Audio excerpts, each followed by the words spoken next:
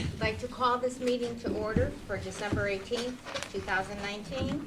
A roll call, please. John Fitzgerald. Here. Amanda Kilmartin. Here. Kate Kutash. Here. Diana Meyer. Here. Patty Moonen. Here. James Orazzetti. Here. Carl Rizzo. Here. Amy Romano. Here. Kathy Golish. Here. Okay, let's stand for the pledge, please. I pledge allegiance to the flag of the United States of America and to the republic for which it stands, one nation, under God, indivisible, with liberty and justice for all. Okay. I'd like a motion to approve the agenda. So moved. Second. All in favor? Aye. Opposed? Okay. Our third item is presentations and recognitions. Superintendent. Thank you, Madam Chair. It is part of our tradition in the school district to each month recognize a teacher who has demonstrated outstanding capacity and has demonstrated innovative practices in her or his work. This month it is a great pleasure to introduce our Shelton Innovative Educator of the Month Award to Kristen Negretti of SIS. She's a fabulous teacher. Kristen, please step forward.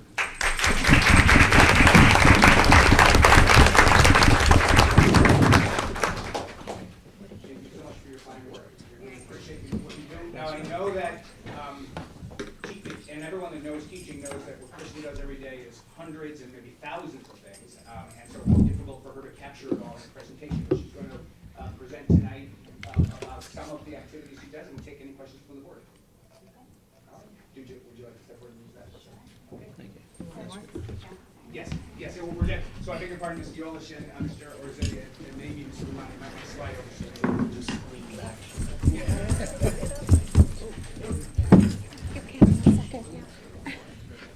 She's got a water bottle. Okay, well, hi, I'm Kristen Negretti. Thank you for having me here. It's a real honor to be recognized, and a big part of why I'm being recognized tonight is largely in part of a lot of work done by my students, some of whom were supposed to be here, but only one is here right now. Hopefully they'll show up in a little bit. But we created our own reading lounge. This was a project that This is a project that I created as basically my entire argument unit in the LA curriculum. And I had this room in our team that was originally designed to be a computer room, but we all have Chromebooks now, so we don't need the room as a computer room anymore. And I wanted to create a space for the kids to be able to go and read in a comfortable setting. So that idea turned into, how can I get them involved in creating this space? So using the design thinking process, which I'll talk about in a minute, and argument writing strategies, they had to present their design ideas that they had. They all had the same inventory that you'll see in a moment. They had to use scientific research to back up their ideas. And they had a $200 Amazon budget to use for any ideas that they wanted to implement that didn't involve stuff in the inventory that they had at their disposal. So here is basically the process. We started by taking a survey. They started by taking a survey. Everybody answered some questions about what they would like to see if we had a reading lounge. And once they did that, we printed out the results, and the students got into their teams and went through the results with a fine-tooth comb, found commonalities among the results, and then started narrowing down basic, I guess, categories is the only word I can think of to use. Some examples ended up being a quiet space, so, in one way, shape, or form, the students were mentioning that they wanted a quiet space. Maybe they didn't use those words, but, it was basically what they wanted. A comfortable space, aesthetically pleasing spaces, among others. There was about 6 or 7 when all was said and done. That gave them sort of purpose and a starting point. Then they went and sort of went through what they had available to them. It was a total hodgepodge of any furniture I could get my hands on the Facebook Marketplace that people would give me for free. And I collected it all, put it in a room, and they were able to go and sort of explore what was available to them. They had to take measurements of everything, including the floor space, because they were going to be asked later to make models by scale. And it was really fun to watch because it's amazing how none of them really have used a tape measure before, or even had to write down feet and inches on a piece of paper. So that was something that they learned that I didn't even anticipate that they would be learning for the first time. This is some more pictures of the inventory and the blank space and them taking measurements. Once they had purpose and once they had an idea of what they were working with, then they could start brainstorming some design ideas. And the ideas that they were coming up with had to meet the needs of their peers in those big broad categories that they came up with. So I required at least 2 pieces of scientific evidence total for their grade in the class, but to win, because the winning team was able to implement their ideas and spend their money, to win, the more relevant scientific evidence they had, the more points they score and the better chances they have of winning. They had to submit eventually a chart that showed me their preliminary ideas, the research, the scientific research that backed them up, and an explanation as to how it all fit with the basic needs of the team. I would take that home, and while I was giving them feedback, I needed a few days for that, they started making their models to scale.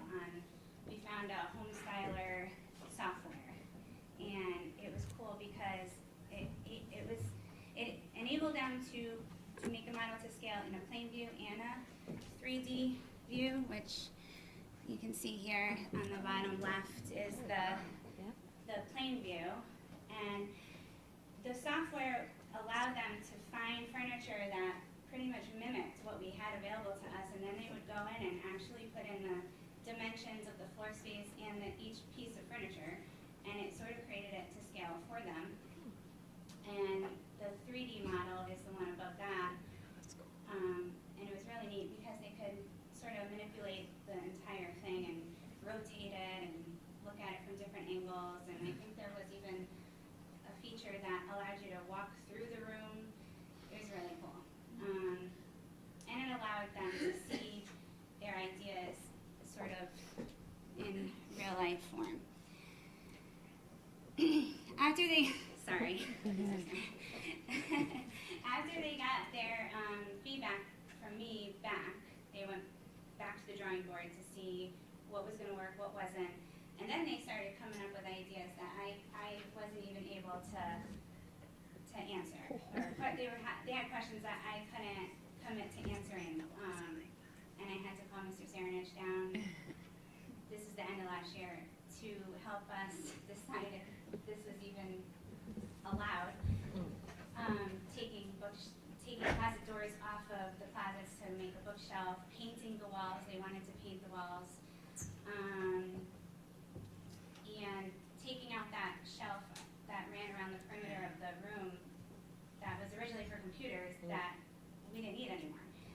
So the answer was yes to all of those questions. Wow. And the shelf that ran along the perimeter of the room was going to require actual demolition over the summer, which is okay because I'm looping with these kids, so they're going to be with me for their entire 8th grade, so let's do it.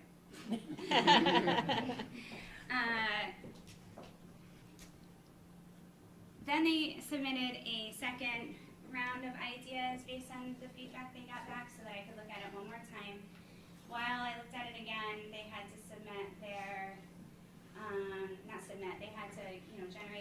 shopping list and make sure they were staying under on budget.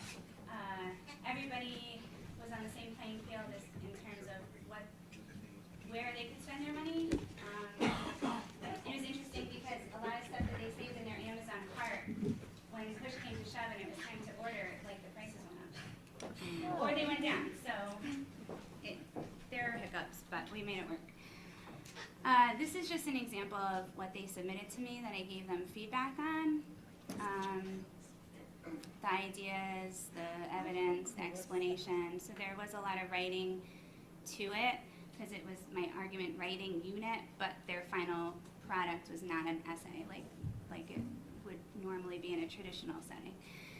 So then, after getting back final feedback, groups finalized their ideas and put it into presentation mode. And their presentation had to mimic an argument essay. It had to have every single thing that an essay would have. It had to have an intro. It had to have body paragraphs that were focused around one solid idea.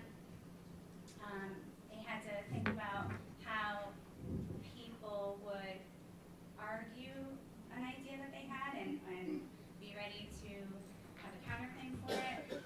And they had to have a conclusion. They had to show their visual. They had to show their shopping list. We had a rubric that we used that was what I graded them on for a grade in my class, but we also had a separate point sheet that I used to determine the winner. This is just an example of what their presentations included, how it was organized. I was stressing organization.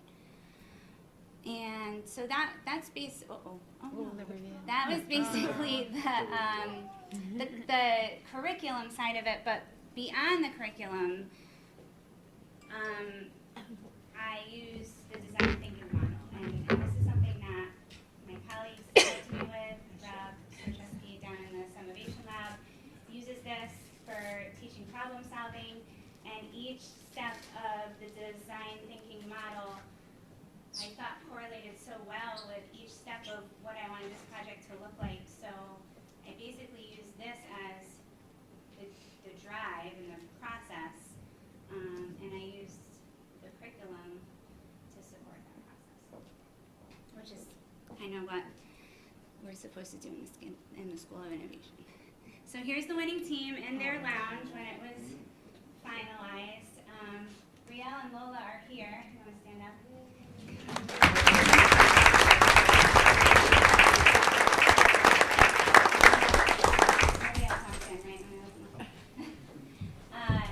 They worked super hard, and it got competitive at the end. I'm not gonna lie, but I think it was also what motivated them to do a good job. And there were so many good designs out there. It was really, really hard. It really came down, I think, one point between your group and Michael's group.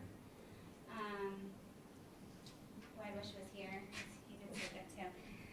What else do I have to share? So their design, of course, they wanted to paint the walls, and they wanted to get rid of those shelves. And I said, of course you do. Of course the winning team was the demo team. So I had to get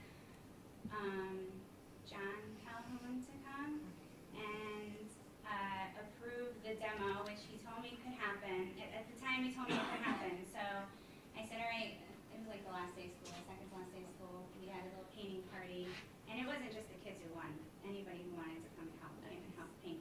And I told them, don't worry about dripping on the counters because they're coming out anyway. So we were going to paint the top half and then come back in the summer and do the rest. But then in the middle of the summer, I don't know what happened, but the shelves could not come out after all. Oh. And now we have paint all over the counters that I'm scraping off every day still 3 months later. And, you know, the girls on the bottom left there, they came in over the summer to help. It was nice. And the counters not coming out actually served as another thing that they learned about real life. I mean, how many times do we try to do something in our house and it doesn't go to plan, and we have to back up and rethink, and okay, so now our furniture is a little more squished. We thought we'd have more square footage of floor space, but we're gonna have to make it work. Let's figure something out. So it ended up being a real life thing. It drew a little statewide attention.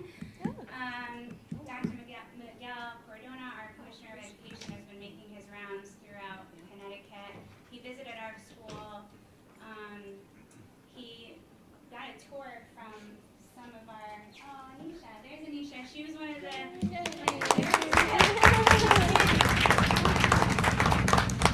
sorry to embarrass you, Stage 1.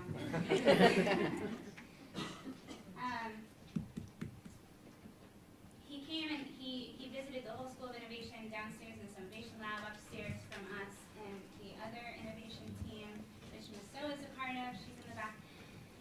And their reading room really caught his attention. He loved it. I had nothing to do with whatever you guys said to him and how you explained this to him, but he apparently did a really good job because 3 months later he published an article about it on the State's Department of Education website. He called it a living room. I'll take it. Reading lounge, but that's okay.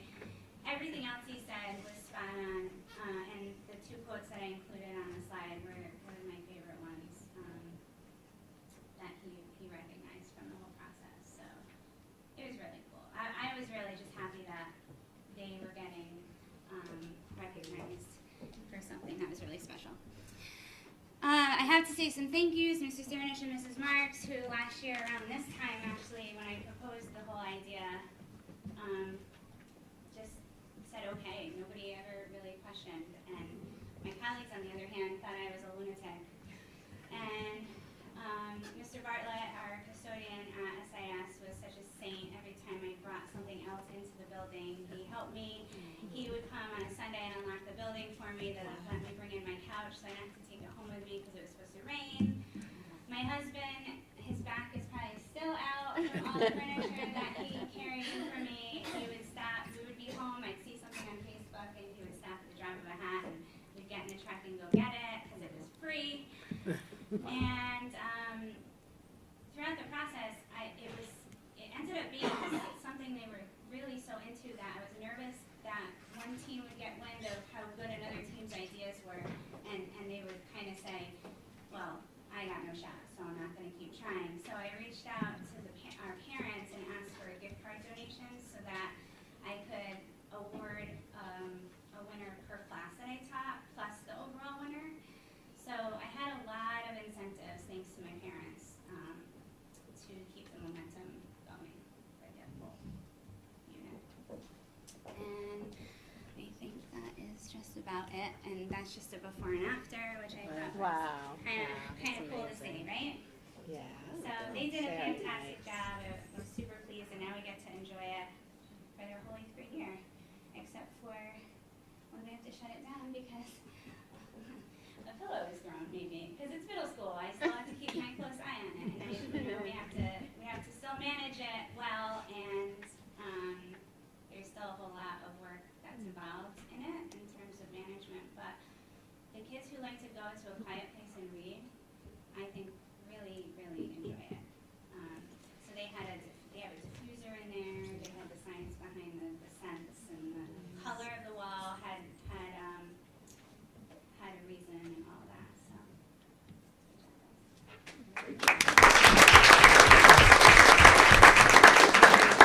A great example, of how design thinking can be used in the context of a middle school space, but also the kind of thing that can be used later in life, whether one becomes a designer of spaces or a designer of technology or a designer of cities. I was going to say, it's like a drafting class. And now, Principal Dina Marks will say a few words. I just want to say how proud we are of this whole project and the students who planned everything out and the teachers who bought into it and really approached the curriculum from a different standpoint, because argument writing can be very dry and at times students really balk at having to write something, it's not something that's entertaining to them, it's sometimes an arduous task. So to approach this from such an innovative way and to take that one task that they have to do and make it into something that they really bought into and were so invested in, and to incorporate the math and, something they really wanted for themselves, I think was wonderful. And that type of engagement is really what the school's innovation is about. It's not about the technology or anything. So that was an excellent use of, innovative teaching skills. So, thank you. And your Thank you again, congratulations again. And then if we could maybe get one photograph for the Shelton Herald of our innovative teacher with curriculum, and then another with the student holding it up. Here, I know. I took one out, he was gonna do two. No, we'll do one. She just come into Are you gonna read that other thing, Jen? We have the student designers. That we got from this. Remember? No, this is just.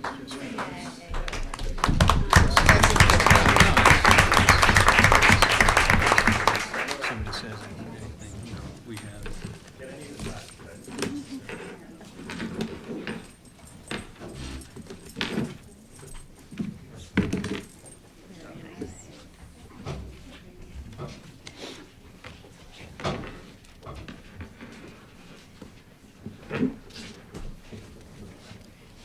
Okay. All right. Item number 4. Thank you, everyone, for the presentation. Item number 4, public hearing. 5 minutes allotted to each speaker per board policy 9325. No Board of Ed employee, student, or community member should be defamed within public comment. Is there anyone from the public who wishes to speak?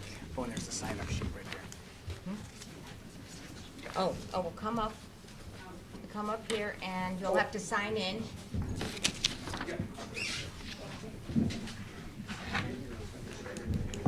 This is going to be interesting. Did you hear this one? Yeah, Yes, you yes. may come. You can sit together right here. Right, there's 2 chairs. Good, let's start the timer now.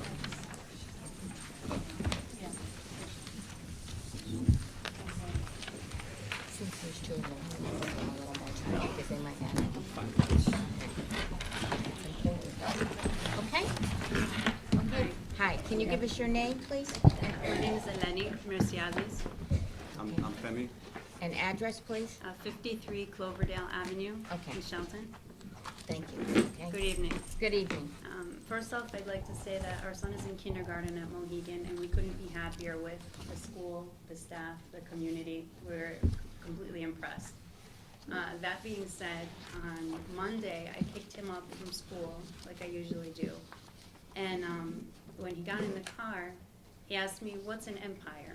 And I'm like, "Geez, where are we going with this?" You know, he has a million questions. And I said, "Do you mean an emperor?" And he said, "No, an empire, Mommy." And I explained it's kind of like a kingdom. And then he said to me, "Mommy, are we bad?" And I'm like, what do you mean? Are we Greeks bad? And I'm like, why would you say that? And he told me that's what they said in the cafeteria. So I'm like, I tried to explain it and just trying to figure out what he was talking about.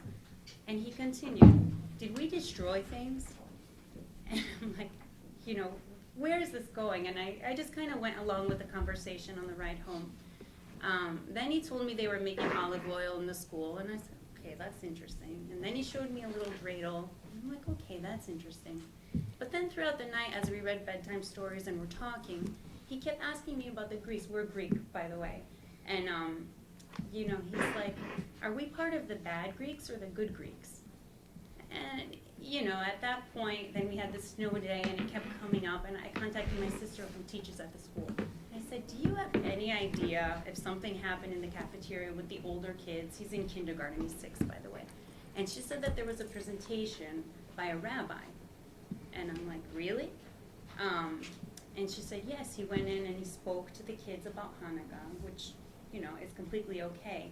But through the discussion, they went into the history about how the Greeks destroyed the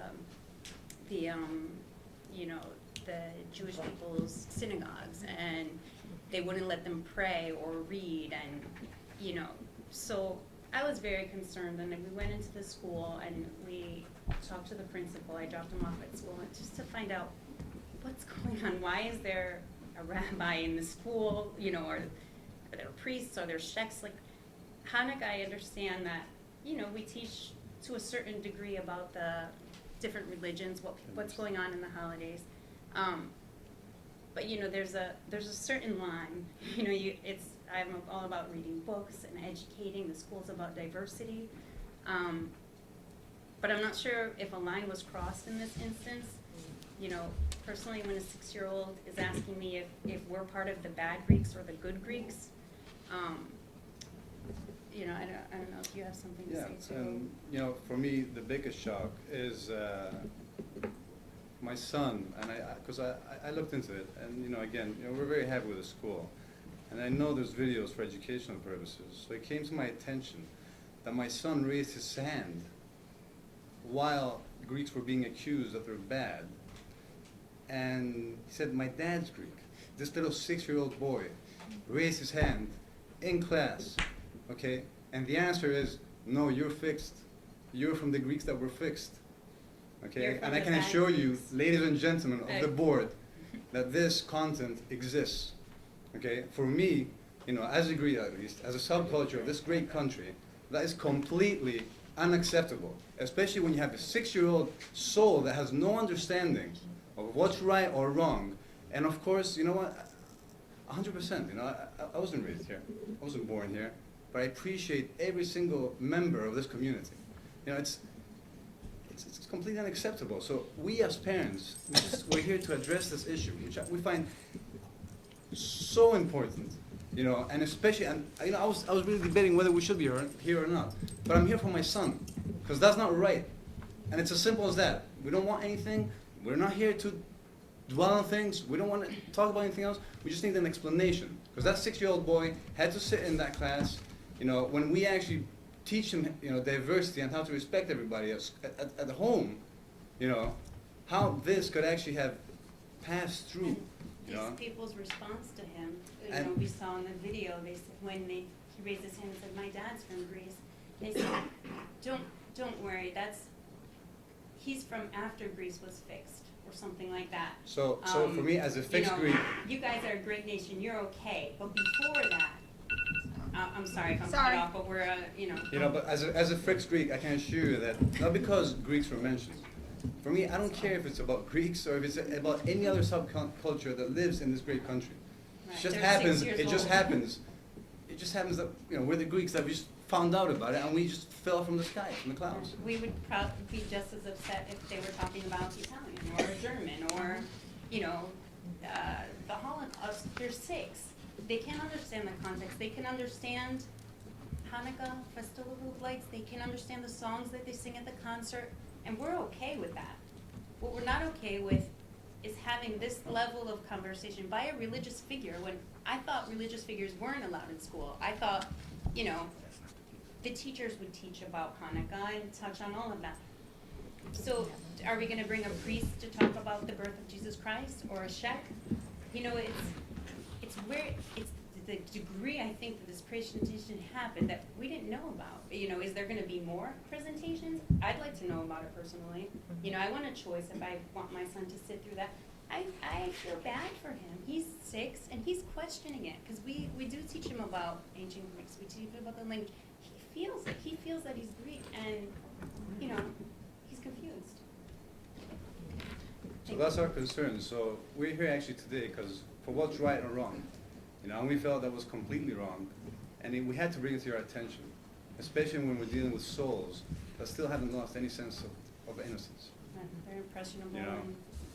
And Can we say something? Sure, and then perhaps I should respond. Okay. Is there, you said there was evidence of the presentation? I know that the school, for example, has, records all the presentations for educational purposes. Mhm. So when we started looking into it, asked him what my wife mentioned a couple of days that he was feeling bad. Are we bad? Are we bad Greeks? Maybe I'm a fixed Greek, and I was good. Thank God I'm fixed today. You know. We just So dropped him off at school and asked what happened, Yeah. you know? I think And, yeah, can and see then we it. asked to see if there It was a should be cited, video right? of what the presentation Can- entailed. And, Okay. after seeing it, Well, you know, we knew that we found out that But I there was think tonight, so. and we're like, we have to go and see this. well, You know, so we only think about how he must have felt. His confusion. I don't want to say discrimination because it's a hard word. I could, you know, and I could take this further, you know. But we just need an explanation, a sensible explanation. As human beings, we just need an explanation of why our son had to sit in class. Not only our son, regardless of culture, and have a personal attack while promoting By a another religious culture, which is fine. And we're all about diversity. You know, we're all about diversity. We want coexistence at all levels, but But if they're coming Well- and trying to show tolerance and at the same time picking out a perspective of history to a bunch of sixth and there was a third grade class too, I'm not sure, Well, you know. I thank you for bringing it to the board, and if there is a video or something, perhaps I would be able to look at it, and if any other board members want to, I think it's important, so we, you know, find out, come to the bottom of this, and I think the superintendent wants to address the situation, right? Sure. Yes, I would, I'm glad you came, and I'm glad you, you know, gave your perspective, which I think is very important. I will be working with the presenter on making sure that the age issue is addressed, because I think you're absolutely right about your son being too young for that kind of discussion, so I think that's a good point. The rabbi has been here before, and you all know, many of you have read the articles in the paper last year. The rabbi and his wife came and did a presentation on the baking of matzah bread, and it was a big success. It was in the paper. Everyone read about it. So he offered to come back and talk a little bit about Hanukkah as a cultural thing. It was not about a religious thing. But it did get into history a little bit. And I think that age is appropriate in when and how we talk about history. And I would welcome, as I said to you earlier tonight, an opportunity to speak with both of you about your feelings in a little more depth, and also what I think happened, because I was there for part of it, and also how we can tweak it so that it is Is this rabbi going to improved. other schools? Yeah, he has been to other schools, yeah, last year, and I recall last No, year. last year, but I mean, any more Yes, this year? Yes. can I just add something? I'm sorry, I don't mean to be rude. I guess we don't want to really do this, right? But Okay. I prefer to speak to them. I don't mean to be Okay. rude to interrupt you, and we appreciate your time, and we appreciate your input in this. I can assure you, if you see the video, your opinion will change even more. Okay. You know, it's not a single reference to history. We're not talking about reference to history, whether the kids can understand it or not. It's throughout Okay. a 1 hour presentation. Okay, it's an attack. All right, well, the superintendent I is will going look to, at it. he I will appreciate it, look thank you. at it, and I would look at it, We and, appreciate your time. and he will, the superintendent will be in touch with you, correct? Thank you so much. Thank you And I'll very speak much. with the rabbi as well. Thank you very much.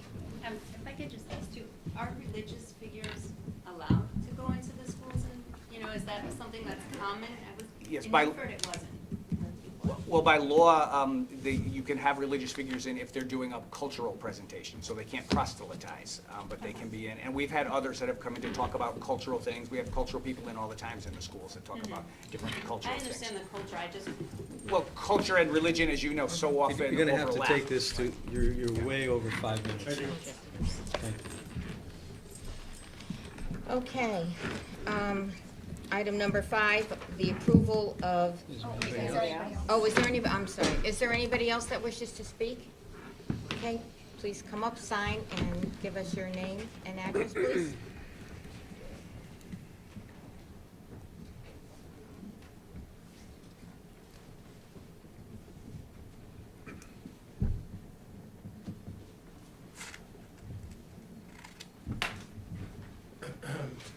Good evening. Good evening. My name is Walter Dunn, 836 South Main Street, Cleveland Falls. My daughter Audrey is in 7th grade at SIS. As I've stated before, she's happy there, does well at school. I like the school. spoken here a few times, maybe I'll come back again here tonight. I applaud, this wasn't on my list, but I applaud the people that were just here. I was happy to hear that. I think that what they said was very well presented. I wasn't aware of any of this prior to just now. But I appreciate personally that they stood up and they said something. And they were very fair and, I believe, objective in what they had to say.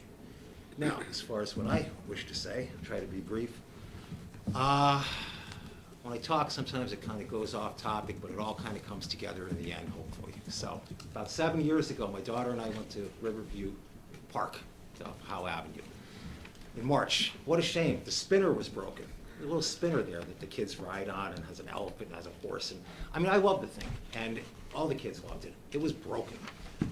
I think the bearing was bad on the spinner. So anyway, we went to town hall, and we went to the mayor's office unannounced, and his assistant was there, and we pled our case, and about the merits of it getting fixed.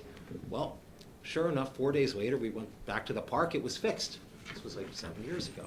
So we made a nice handwritten note card and went back to the mayor's office and left it off, and thank you. So, all the kids, I'm sure, enjoyed the spinner. Now, I want to fast forward to last Thursday. I believe it was last Thursday. I came here for what I'm calling, because there is a name for it, but I don't have it off the top of my head, the Intergenerational Multicultural Town Hall Style Meeting. That's what I'm going to call it. It was fantastic. I thought it was great. And I know I'm supposed to address you, Your Honor, or Madam Chairman, but at the same time, I'm looking at everybody. I want it to be known. I would like it to be known to the press as well, if I may, if they're here, that directing my comments, though, to you, of course, respectfully, that I was very happy. I walked in, Dr. Collette was there, he gave a wonderful presentation, a PowerPoint presentation, there were people in the community there. It was great. It was very well put together. Ideas were mixed. There are ideas going forward that I saw that I thought were very solid. I communicated this with other members of the community that are interested in the situation here as far as multiculturalism, we call it.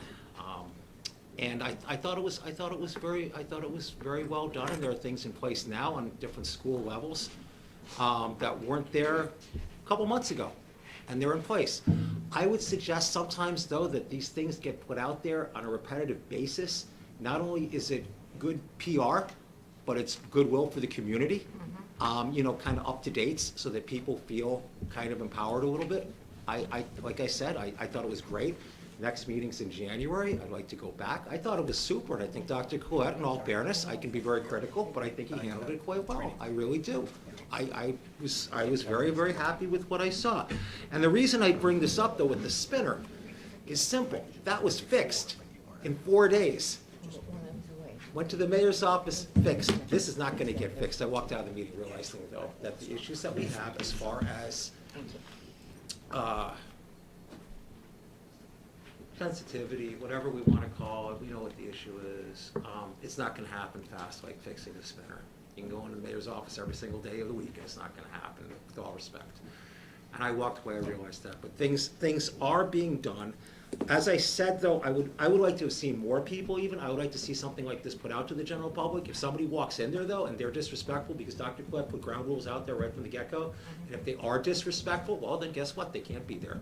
So that way we get rid of those bad people that shouldn't be there respectfully, But I think that something like that, things like this, it's goodwill to put the word out in greater form than it is, I was made aware of it. I went. I'm happy I went. There had already been 3 meetings, I think it should be put the word out, get people in, good people in, good ideas. The other one thing that I walked away with this, you have common areas, school buses, lunchrooms, bullying. I want to see, as we all do, no bullying. Okay, I think that bullying can cause, like there was a little girl last year in Cheshire, I think it was, she committed suicide. She was 12 years old, right? Claimed that, it was in the news, I could be off with the age or the town, but it was close by. All right, You've approached the 5 minutes. Can you? Oh, I have already? I know. Wow. Can you wrap it up? Yeah, I can wrap it up. I didn't hear the gavel or the timer, I'm sorry.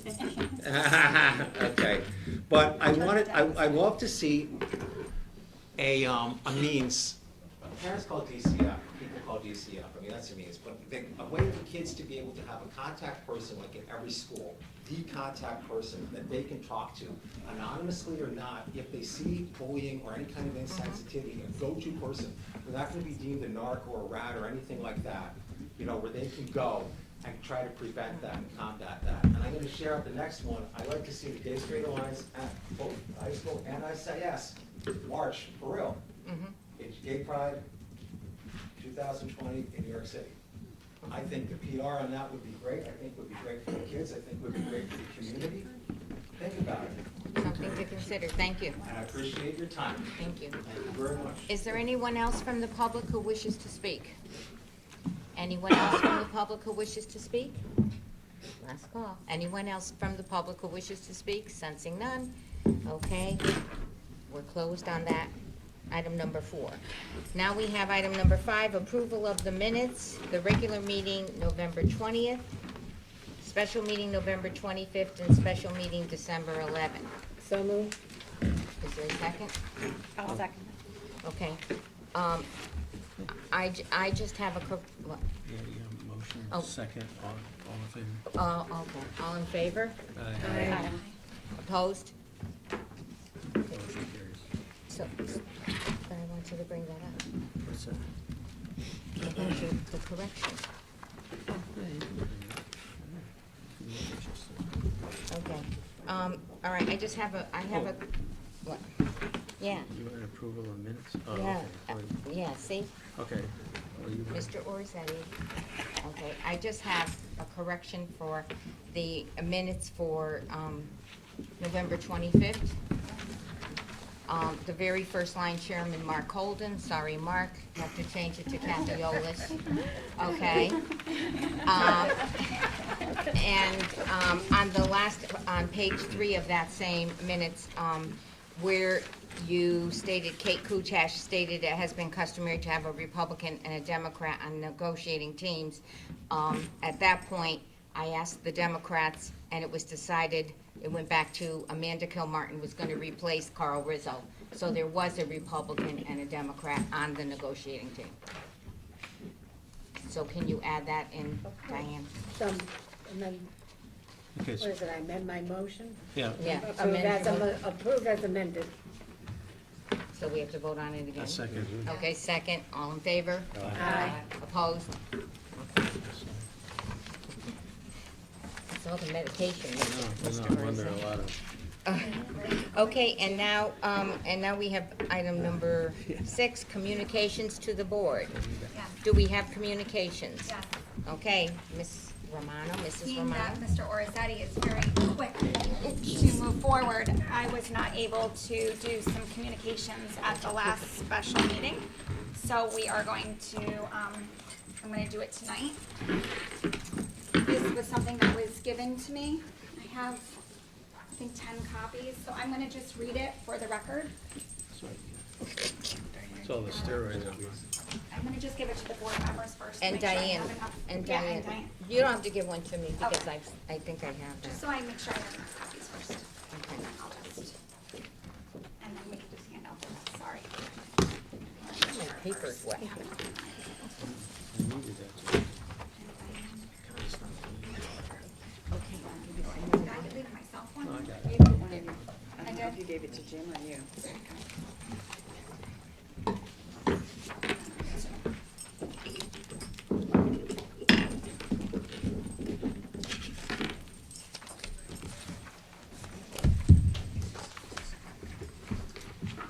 Okay, so I received this memo from the state attorney office, Ansonia Milford office.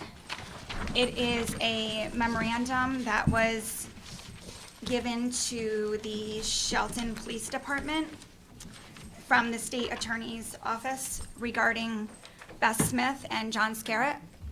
So I would like to read it and have it put into the minutes, please. before, can I just question, is it not personnel privileged or anything like that? Personnel was, the person was contacted? Yes. Okay. Yep, and approved. And just as a point of clarification, this letter is dated May 8th, Mhm. and did we just receive a copy of it? Mhm. Mhm. Yes, I did. Figures. Yeah. But yes, I did receive permission to read it. Well, Okay. Can I say that then? According to you? I mean, I could say Dr. Collette feels like this. Can I say that? For it. I'd rather just not say anything, because Okay. as far as I'm concerned, the matter is settled, which is why we had a settlement at the last meeting. All right. Yes. I agree. Yeah, I understand, but if it's a communication that was We sent. don't always read the communications that are sent. It's They're usually, usually- it's a filed as an FYI for our information, and that's They're it. usually attached. And they're usually attached to, in the packet. Well, should we take a vote on it then? I That's mean, what's been customary. We'd have to add it as an item. our attorney, Yeah. Yes. I would ask you to vote, please. wha- I'm not sure what you're looking at. okay, Mr., would you, yeah. And point of information for the attorney, in the past, communications to the board have been simply included in the packet and were never read into the record.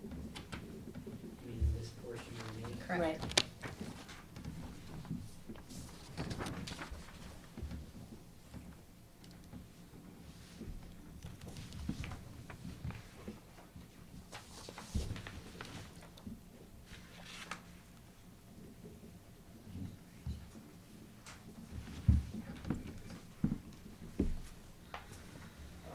Whether you want to read it into the record or not is something that is a choice of the board, but understand that if this is a document that's disclosed, it's from a public entity, so it's subject to review or reading by anybody from the public. Sure. It's out in the public sector. It's not protected by any freedom of information trappings.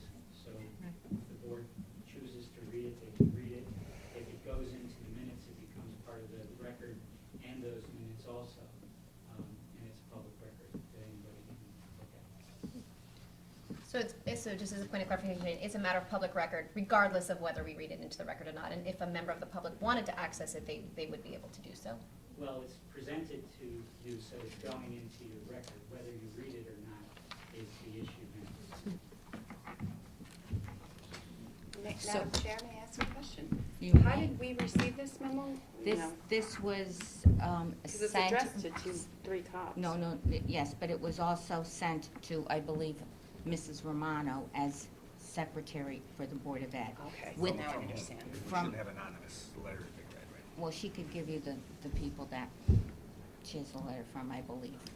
But I don't think we should, I mean, I don't know, do you want, we'll just vote on it, all right? Yeah, Why it don't was, you just read the first part? it was asked for me to be read. By I know. who? People that. Yeah, sent but the people, they were anonymous, and they would like it, they asked for it to be read in the communications. So if, I would suggest that since none of us have had a member to, an opportunity to review this letter prior to the meeting tonight, that this either be tabled for a read into the record at another time, or that something that's looked at, on our own, as it is now a matter of public record, and anybody who wanted to see it can do so. I don't know that we can accurately vote on whether or not it should be read, having not had the opportunity to actually read it yet. Madam Chair, Mhm. may I make a point? Yes. I think that the matter has been settled. Agreed. yes. Okay. I think that if you'd like to read this, maybe we could enter this into the record, this letter into the record if you would like. And if you are insistent upon reading it, maybe just read the first 3 paragraphs. I mean, you know, it's 2 pages. It's 2 pages, right?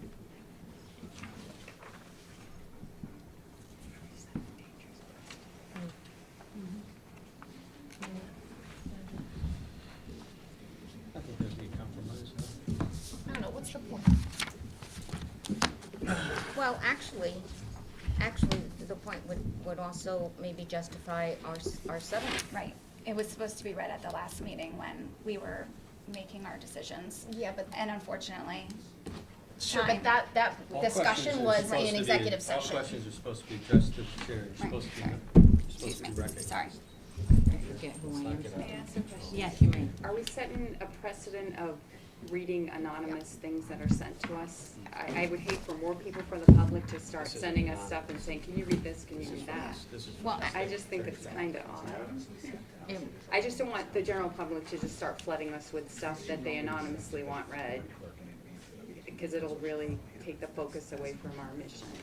And Madam Chair, if Dr. Cluett, if you could ask Dr. Cluett to just reiterate what his recommendation would be for us, and being the sort of educational expert and having been involved in these processes. I can ask him. I also asked the Corporation Counsel. Just coming out of the board training that we just came out of, the appropriateness of asking for the recommendation of the superintendent would be appropriate. Well, It's up to you. I think that, I have some knowledge of who sent the letter. All right, so I can say it with confidence that it really technically wasn't anonymous, but I am not going to name the names, all right? Unless you take me to court. So, I feel if it was meant, I think your, Mr. Orzetti's recommendation to possibly read the first 3 paragraphs, and then it'll be entered into the, Okay, then just as a point of information, will this be standard procedure then going forward as well, part of I this, think part of the that, agenda? I think that if, well, see, before you were on, there were communications that were sent to the board secretary. But they were usually, they're signed normally. Okay, so So, I can probably get you a signature if you want, do you want it to? I'm still uncertain what the point of reading it would be, as the matter is closed at this point. It now seems like an FYI to the board as opposed to any part of a public or private discussion about the matter. So I'm still unclear as to my original question, what the point is of reading it into the record. Well,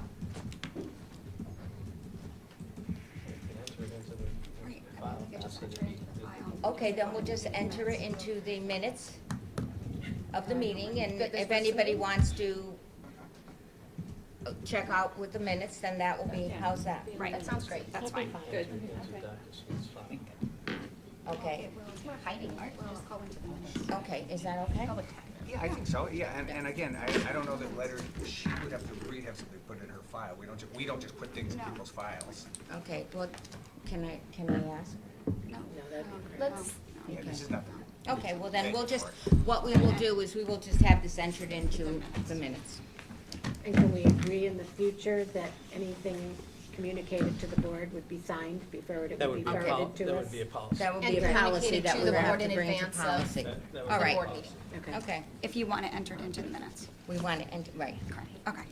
so it will be entered into So the it could be an minutes. alternative to public session, people could share a letter that they signed.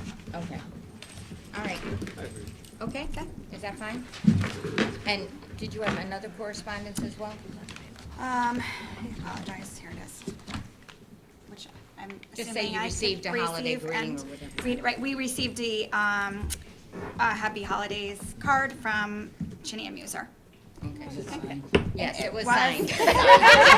would you like to read it into the record? It was signed. Okay, Happy Holidays. all right, so now is the next item, number 7, superintendent's reports and action item. Thank you, Madam Chair. Just a brief report tonight. I want to start with something that's, it's not exactly sad, but it is a change in our school district that is happening as of today. Head football coach Jeff Roy announced to his team this afternoon that he would be stepping down as head coach.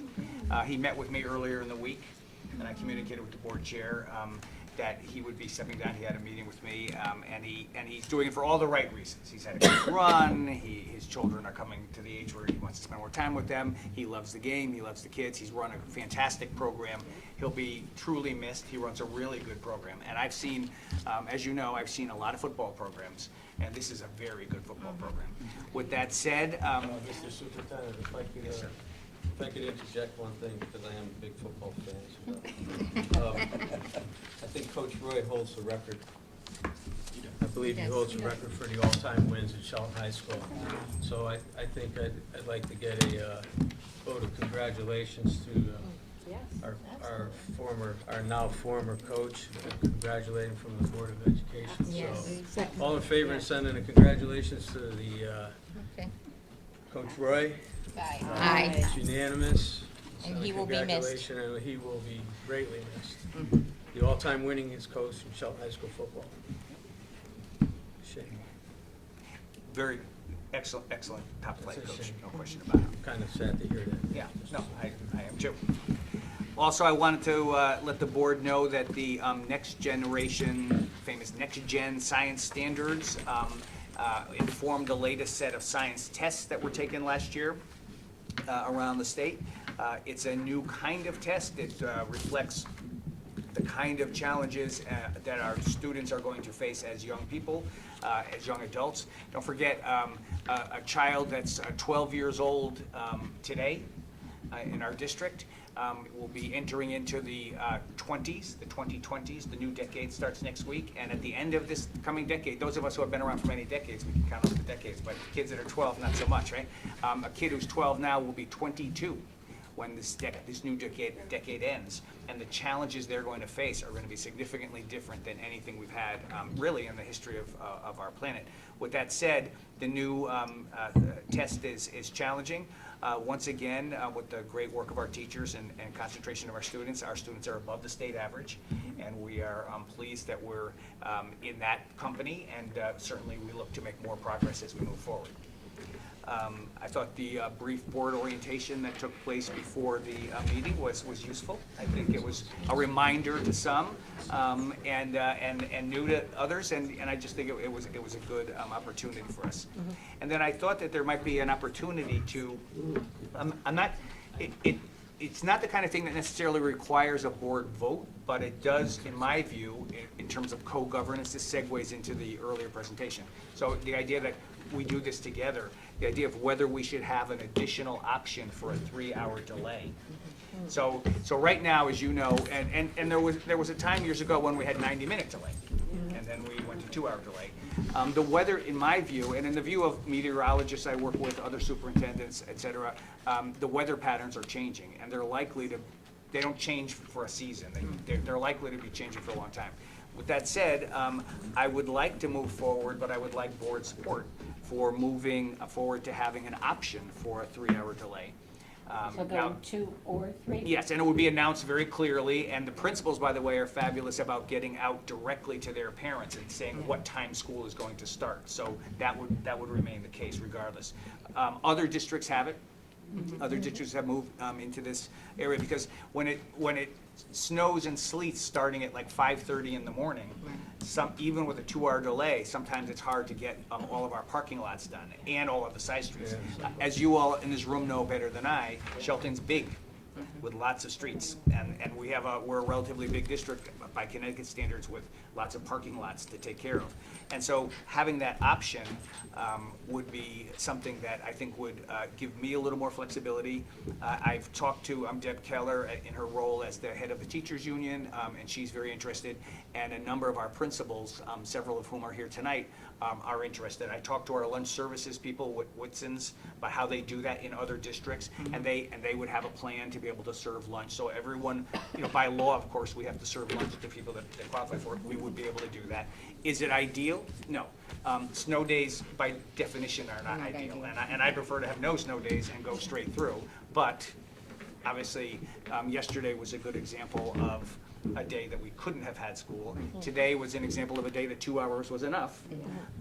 But there were 7:30 wasn't pretty. But there were a couple days last, or week before last, that a 3-hour time window would have given the Highways and Bridges Department a little more time to get it done, and it would give us a little more flexibility. I Super. thought you'd want to discuss it. Okay, Dr. Coolett, have you also talked to the transportation, the bus companies about, I mean, would there be an issue, or No, I mean, they can make that work. they can't? Yes. Okay, that's good.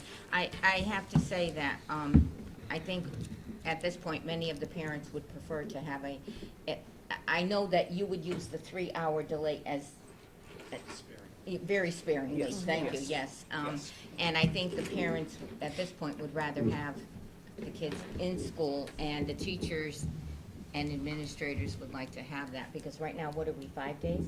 Yes. 5 days, so, Dr. Coolett, is this something that you would be proposing to implement ASAP, or if Yes. this should be for next year? I would like to implement, first of all, if there's a consensus that this is a good idea, and again, no idea is perfect, but if there's a consensus it's a good idea, I'd like to inform the public through a communication campaign, so that people are aware it's coming. And then again, the principals, we had an in-depth meeting with the principals about a variety of subjects, including this subject, and they felt strongly that this would be a good idea, and that they could handle the communications that would go directly out to their families. Madam Chair. yes. Question? Madam Chair, Oh, yes. Doctor, can you just explain briefly Yeah. the steps you go through? Sure. So we can clear that up to actually cancel or delay, so that we can answer the question and put it to bed, Absolutely. how that process works. I would be very happy. I've done this for 20 years, and in the recent days, I've been doing it quite a bit, so you know it's right on my Yeah. mind, yeah. And I appreciate the question, because I think it will be helpful for the general Yeah. public. I know that you know, but so it begins at approximately 4:30. Normally, when I'm getting ready to get up at 4:30, it means I can't sleep well all night, and I'm up earlier than 4:30, but I start making calls at 4:30. My first calls go to the Bridges and Highway Department, specifically Brian Roach, and I talk, and he gives me a sense of what he's seeing and how many guys he has on and what kind of road treatment has been done, et cetera. I talk to the police department, I talk to dispatch and ask them to let me know if there have been any bad accidents or reports of wires down and that sort of thing, from their night shift. And that's step 1 and 2 every time.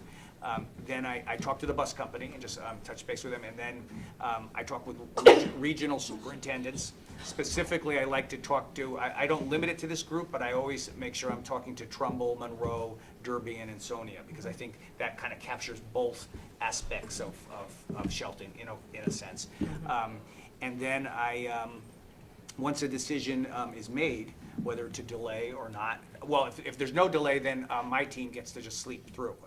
But if there is a delay or a cancellation, then I call Ken Serenage and Rick Belden, who both have specific tasks that they handle in terms of making sure that the communications go out. I communicate with the principals via, and the board via email first thing in the morning. As you know, you're getting early morning emails on that. I tweet, because we have so many students, teenagers, I tweet it out because the kids like the tweets.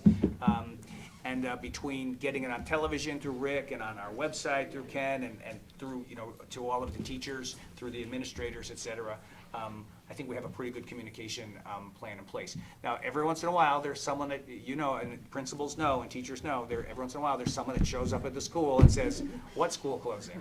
But that's very rare. It really is.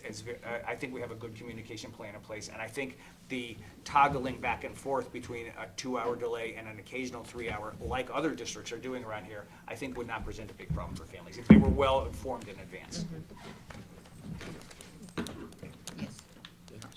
Through the chair, just to add on to that, there's another facet to it also.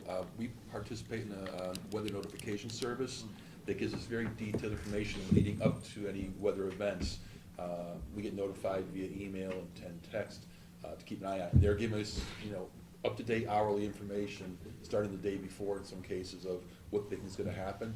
So that helps us to start thinking about what we may have to do the next day. If they say that at 6 o'clock in the morning, sleet and freezing rain, and it's pretty solid, then we can have conversations before the day starts the next day. So Yeah. that's also a facet of it. Thank you. If I may? Madam Yes, you may. Just since we're on the subject, if I might ask in along with that, often out in the public and in conversation, we'll hear, well, Trumbull didn't cancel or Derby didn't cancel. And could you maybe just elaborate why our decision might be different than the surrounding towns, or what might be some of those extenuating factors? Sure, absolutely. And so an example would be precisely to what you're saying is that, we talk with other districts, but we all make our individual decisions. But we do it generally collaborating with each other. However, there are times, like you're suggesting, where a group of districts might close and another district might not. Frequently, it has to do with talking again with highway and bridges and the size of Shelton.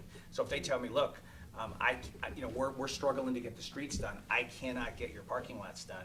I can't have buses. I can't have kids at bus stops, for instance, walking on streets, oftentimes that don't have sidewalks, walking and standing in the dark on an icy morning. If they can't get to those side streets, and then I can't have people arriving at school, both staff and students, in conditions where it could be ice on the bottom with some snow on the top. Those sorts of things happened the other day. Where, and again, I have to take seriously our Highways and Bridges Department and take their advice very seriously. And I do think that Brian has proven to be a very good partner in this. Brian Roach, of the Highway and Bridges Department. Okay, another thing that also gets mentioned, I don't think it's been mentioned tonight, is the differences between downtown and White Hills. Leaving my house tonight was a nightmare, and I couldn't get out of Beardsley Road.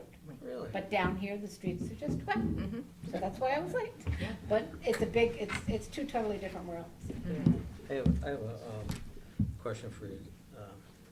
Do we have have we been having issues with clearing our steps and sidewalks at the schools? Not generally. No, I have not received complaints about that. Who does that? We do it, yeah, so that's a great question. So the sidewalks and steps adjacent to the buildings are our custodial staff, and then everything beyond that is city in terms of the parking lots. We have some people that do like our parking lot here. One of the guys has a small tractor, but we don't have the equipment to plow like the high school parking lot or PHS parking lot. Right. But no, I have not received complaints about that. Do you have a plow on your truck? He's looking for extra work. No, I know in the past that we've had issues with Yes. steps and, that's an issue too. Yeah, sure it is. You know, I mean, Absolutely. it's- Yeah, on a day when there are weather conditions, I neglected to mention, I also talked with John Calhoun during this protocol, and he, when necessary, which is often this time of year, will have members of his staff come in early. So you get about 5 pieces of information before you call Yes. school Yes. off. Yes. So you go to Bridges and Highways. Yes. Police Department. Yes. Right. You talk to the bus company. You ta- Regional superintendent. You talk to the regional superintendents, correct? And town And you council. have a weather service, as Mr. Belden Yes. referred to. So you get 5 pieces of information. To make a Yes. decision. Hey, do you, just like, if you were to call Ms. Kutash in White Hills, and I know where she lives.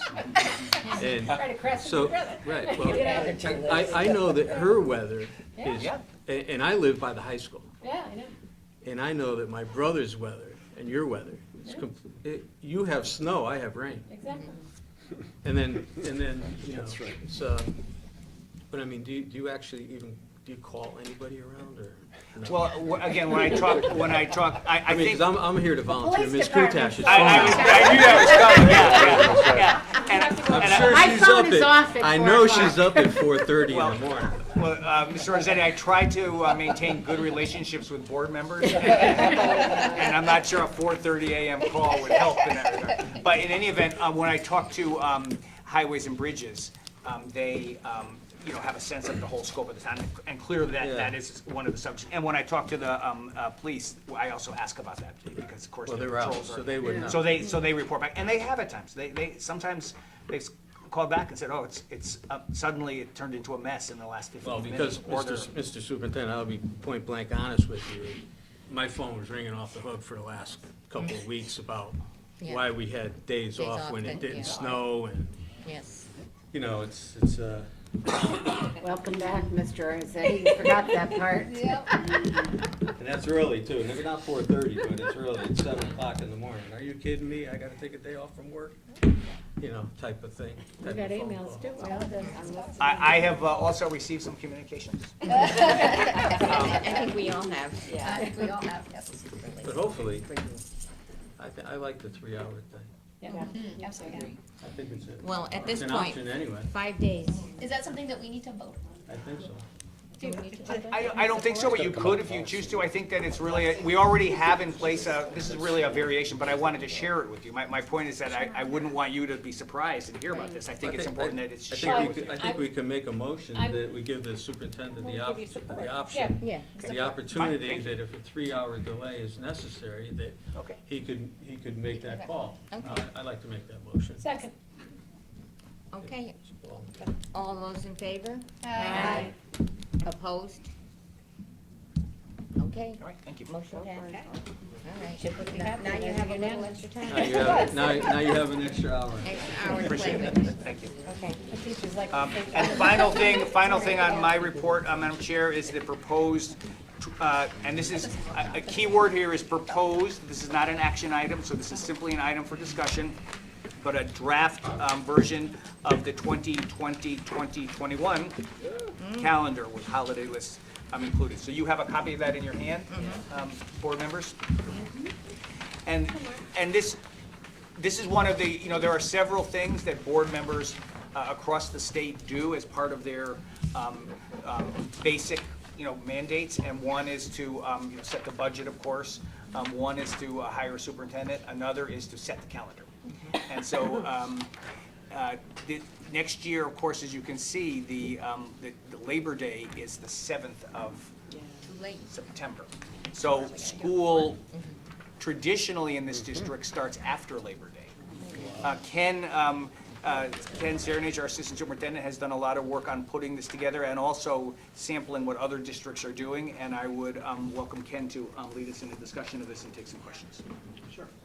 Being that it's my first go around at doing the calendar, and just so the board understands in terms of your first go around for some of you who are new to the board, in the process, one of the first steps in designing the calendar is we get the draft calendar from CES, because we're a part of the CES. So they give us their recommendations so that we're concurrent with other districts that are around us. I mean, that aligns with, obviously, because we have schools that we send our students to that are in the rest, so we want to make sure our dates align, as well as athletic programs and everything, So we try to mirror the surrounding districts, and obviously one of their biggest recommendations is starting before Labor Day, because Labor Day is so late.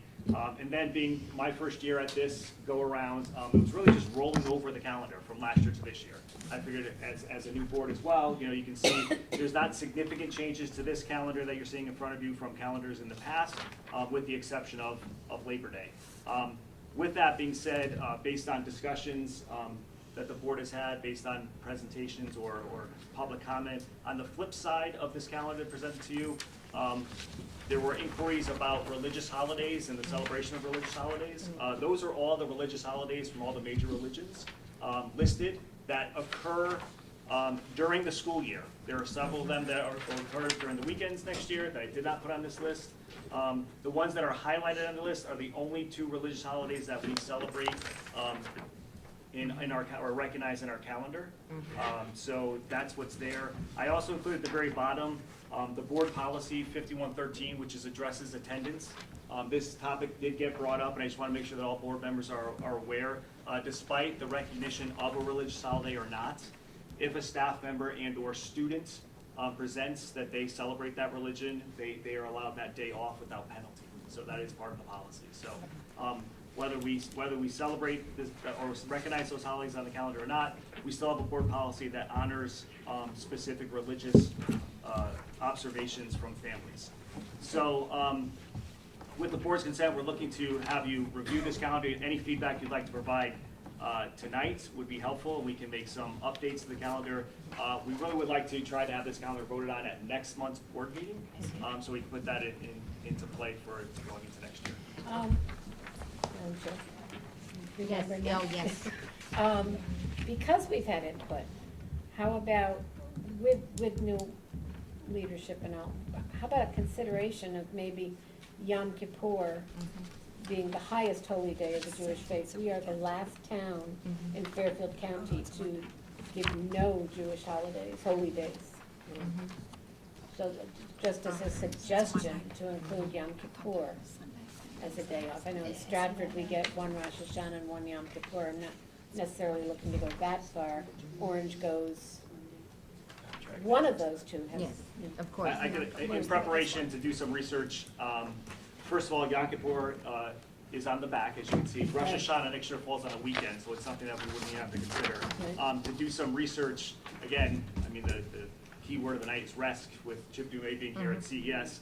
I have this, I put out Board One information. To Mrs. Kutash's point, we are the only district in CES that does not recognize Yom Kippur or Rosh Rosh Hashanah. Hashanah. There are some local districts that are outside of our rest,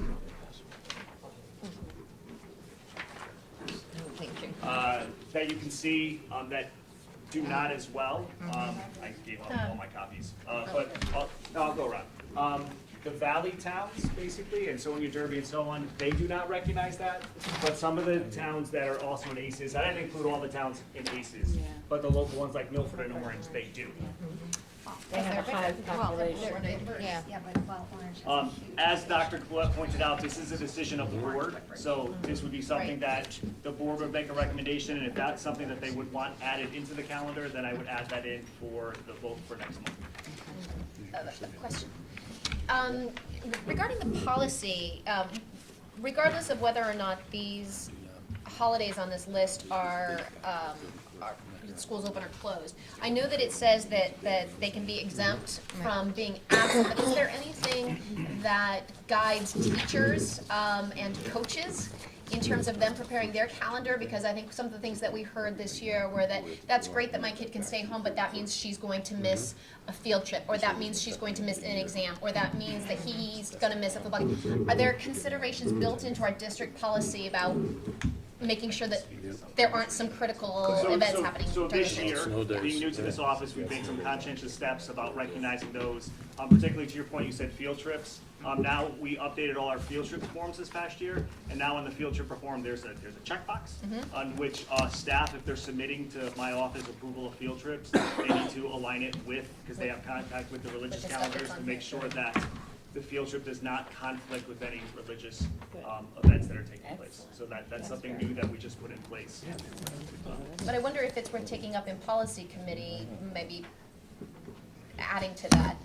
Outside, beyond field trips, things like exams or things that kids really can't miss, even though it's an option, to miss. In Stratford, we're advised not to give tests or quizzes on holidays That- that we're in or on the eve of them. Principals do that as That well. message is given out to all staff as well. It They are is. provided with But a is there any message, a reminder. accountability to that? I think we have something that says that they are allowed to make up tests. Yeah, no day students after. penalized Yeah, academically. Sure. Yeah. So Because there obviously- is something there, but we could look into it in policy if you like. Thank you. Ken, I wanted to ask you, these dates for back to school nights. Okay, are any of them on board nights? Well, if I may, Yes. you'll notice the back to school nights, no dates have been filled out. I didn't fill out any dates yet because I didn't know if the board was gonna make adjustments to the calendar, so I didn't wanna start putting back to school nights in. If you were adding Yom Kippur, or you're gonna say, no, we wanna go after Labor Day, then everything would shift. Well, I would So just- I figured set the calendar first, and then to that point, I was going to set all the back to school nights and make sure none of them conflict. With the board night, thank you, That is- because we've run into that several Correct, times. and it's been, and one of the, again, in this office, we've communicated to administration about events not conflicting with board nights, and that's why we made the digital calendar now, so that schools have access and see when events are taking place, so they avoid and do not schedule events on the Okay, one other thing, now, in the past, I don't recall last year, but, we always had something in there, like a disclaimer that if we're running into other days, additional snow days, you have something for that. Okay, go ahead. Boy. So, again, in my research and what I've been doing on calendars, some of our local districts, one of them being the Monroe Public District, and I failed to make I have 3 copies, but I can show one to you as well. And you can pass them down. We'll pass it. And if you notice in this particular, you can pass it down. If you look at their calendar and in June, you'll see the dates that have a little subscript. Yes. It's publicized that those are the days that'll be impacted by snow. So you'll see the 1, 2, 3, 4. The 26th of June all the way goes to 10, If in the event Monroe went to an 11th snow day, if you look at the April vacation, that's when it would start impacting April. So, Nice. so the community is well aware, Yeah. based on the number of snow days and when there would be an impact beyond or outside of. So are you thinking of I, adding that? again, with feedback from the Yeah, board, I you would like be it. glad to add that. Well, I think We don't have that it's now. important because people We make don't their, have that. no. No, we'd have to vote whether we were gonna do it. Surprised we don't have that. I thought we did, that's why. We used to have it You wanna see before. it? I swear we used to have that. We used to have That's why it February before. vacation Yeah, was what's- taken away. It was listed at the bottom, but it wasn't, I kind of like I mean, they said it. that. I think it gives it clear, and based on this Monroe model, obviously state statute says that we can go up until June 30th, you don't wanna go up to June 30th. They left a buffer, they didn't go into that final week, that's why they went up to the 26th, and then kind of then started cutting into April, so that, you know, staff as they plan for their vacations, families that they plan for their vacations, they're clear in terms of the impact that we would have before April vacation would be in. And, if I may, another recommendation, I know this got brought up, but it never got carried through on. When planning the back-to-school nights, can we plan the earlier ones to be the air-conditioned schools? Sure, I've actually, good thinking. But Because those gyms at the elementary schools in early September. Yeah, like do that in October. Whoa. I've already opened up communication with the principals, that I would like to work with them in terms of their schedule and their schools. I've already had requests from some of our upper schools in terms of when are we gonna reverse per se, you know, in terms of, you know, there, years ago, they went down and the elementaries were last. It's a communication that I'm gonna have with all the principals. One thing that we wanna try to look in terms of equity is how the K-4s are on trimesters Yes. and 5 through 12 are on marking periods. Right. And you don't wanna put them so close together that parents are there and then 2 weeks later they're back again, because it's conference time, you know, so we wanna space things out accordingly in the calendar. Mr. Chairman? Yes, What's the reason why this school starts September and not like in August the 31st, that Monday? That's determined by the board, so I mean. Because there's a day right there. I mean, Right. So it's a, can I make a comment, Mr. Chair? So I think it's a great point that you raise, and, you know, it so happens that and as you, I know you know, that many districts around here start earlier, and in fact, we have a principal in the room who is both a principal here in Shelton and a mom in Milford. Hello, Mrs. Diudo. And we have talked about this on many occasions, and she has had very positive experiences having her children start early. And then it gives a lot more flexibility, as I think you're implying, over the course of the year. If there are weather issues, there's a lot more flexibility. so in other Pick words, up the whole week. move it to the 26th and then the 31st start? Oh, I'm sorry. Well, I'm sorry. at least you have that one day, that Monday, the 31st. I would start Madam Chair, the week before. Good. this started when I was back on the board, I don't know, maybe, what was that, 10, 15 years ago, I can't even remember. 10 years you left. But we usually always went to school, we sent the kids to school In August. in late August. And then we did some studies on it. And we found out that, and there's a lot of studies, educational studies that talk about continuation and Continuity. the continuity of the programs. In other words, the kids were going to school for Thursday, Friday, And then have a Saturday, Sunday, Monday off, And then come back Tuesday. and then going back to school Tuesday, Wednesday, Thursday, Friday, you know. So there was the continuity wasn't there. So it took a while. If I may. And this, Respond to as soon as I'm through, I'll let you talk. But it was a pretty contentious point, that what happened was we found that the kids going back to school after, a lot of the parents did like the kids going back to school after Labor Day. I like it. And, you know, I mean, you'll get pros and cons on it. But there was a big study on it, and that was quite a few years ago. Usually they like it if it's like, if Labor Day's on the 1st, you know, and they start school on the 2nd or 3rd, that's when they like it. But when you're talking about losing a whole week, that's a big thing. Yes. So just to respond to that, coming from the driver's seat, the big thing about the beginning of the school year now is building your community in your classroom the first few days. It's not necessarily about jumping right into curriculum. And that's what I like about that short partial week that we have in Stratford. I'm building my community, and then I come back after Labor Day and jump in. Well, we could revisit it, you know, Yeah, we I'm did, saying how the pendulum is swung. Like the chair said, that, you know, it's okay if Labor Day is like on that, you know, the First first or part of second, that. yeah. But if it comes, you know, If it comes a week a later, week then. later, Yeah. Madam Okay, Chair? well, yes. I would just like to say, I'm fine with my feeling of moving it up early because of obviously snow days and exactly what's happening this year. But my only suggestion, if I may, is that the elementary schools are not air conditioning. And as you know, it's hot. Maybe a consideration could be maybe that first week to have early dismissals. Because the kids that are at ESS, Mohegan and stuff like that, they're there till 3:30 and it gets very hot. Right. So obviously, it's nice to start in September, but if we're gonna move forward, maybe something like that could be for the first week. When you are just the first week, like Kate is saying, you're just really getting to know everyone, starting your classrooms, you're not learning, it might not impact learning. Because our elementary schools are the Yeah. only ones It's that very are hot. not. well, that came into part, that was Yeah. part of the conversation also, you know. I mean, back then, I don't even think we had air conditioners in the windows. Yeah, I mean, it's all those elementary, it's hot in there. Something to bad. consider. Yeah, no, I'm. Okay. Should we then send our suggestions to you, or? Absolutely. If you can send all your suggestions to me, I can put some variations of different calendars together, with the idea that one of those needs to be voted on Teaching and learning. by next month's meeting. Yeah, how can we revisit this so that we can actually vote on it at next month's meeting? Like, where How would about, could we put it on our teaching and learning? Could we include it on that committee, or that's not? Have another discussion at that meeting. What would scheduling come under? Well, I would say teaching and learning, right? It's a gray area, but Great, policy, not teaching and learning, policy. Policy? The only thing I'll say is policy is a much smaller committee if you want to have a larger let's do policy, discussion. yeah, because there is that issue. Policy. But people could come. Well, yeah, because based on, I tried that. yeah, It sounds like it's policy? yeah, 'cause Okay. it'll have impact in terms of how we make adjustments relative to. Okay, well, our contract. policy meeting is following teaching and learning, so. Correct. So, and that's January 13th? Staffing repercussions if you add another holiday. Okay. Yes. What?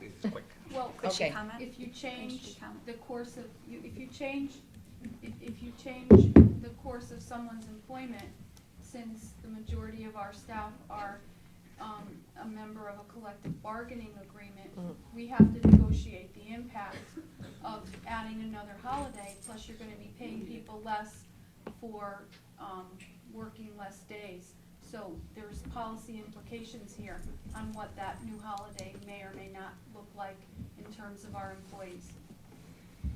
But if it's, is it, It may not have to happen this is year. that- is it an optional thing, the holiday? Didn't we think it was gonna be optional? It will not be optional if we, If it's give on it the off to- calendar. Right. So it depends on. If you how- vote for it.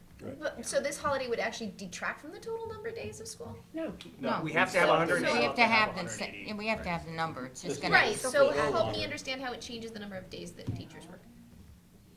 You're adding a paid holiday, so I see. you're adding a paid holiday. Right now, That's the- we have 13 paid holidays. You're gonna add, if you add a paid holiday, you're gonna be paying employees for holidays we have not negotiated. Understood. So you're gonna be paying employees to work the same money for less days.